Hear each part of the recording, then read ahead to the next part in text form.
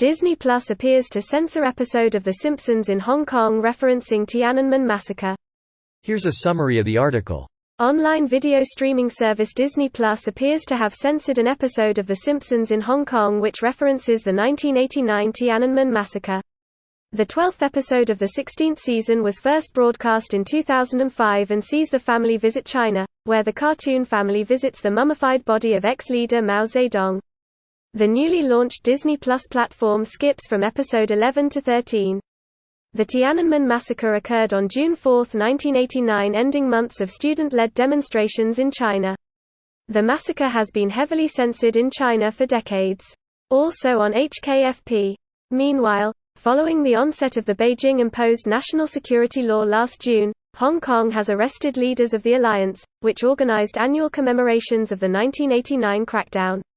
The authorities have banned the annual vigil in Victoria Park citing COVID-19, textbooks have been censored, museum exhibits seized, and the University of Hong Kong has demanded the removal of a monument to the dead. Last month, Hong Kong's legislature passed a bill which enables the government to ban films deemed contrary to national security from being screened and published in the city. This post received a score of 38,000, with an upvote ratio of 92%. Here are the top comments in response to this article. Appears to? Either it cut the scene or it did not. The use of language may reflect Disney's litigiousness, allegedly. I heard it was a sick ostrich. Allegedly. I just love how he whispers it so conspiratorially, no matter the situation. Disney only cares about their bottom line. Well, everybody does. Current flavor of capitalism enforces that. You're supposed to increase the value for the shareholders.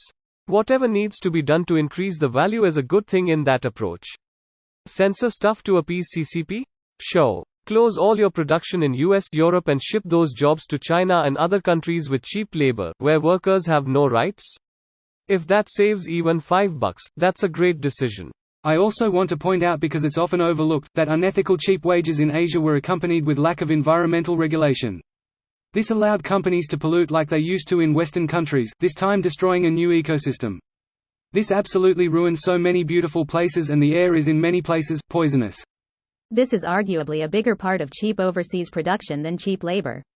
With no safety controls and no environmental regulations to speak of, production is much cheaper and faster.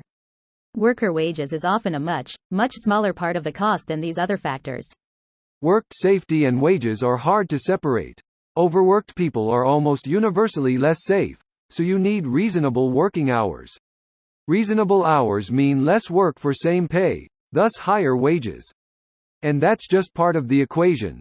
Avoiding repetitive stress injuries, having OSHA-type safety.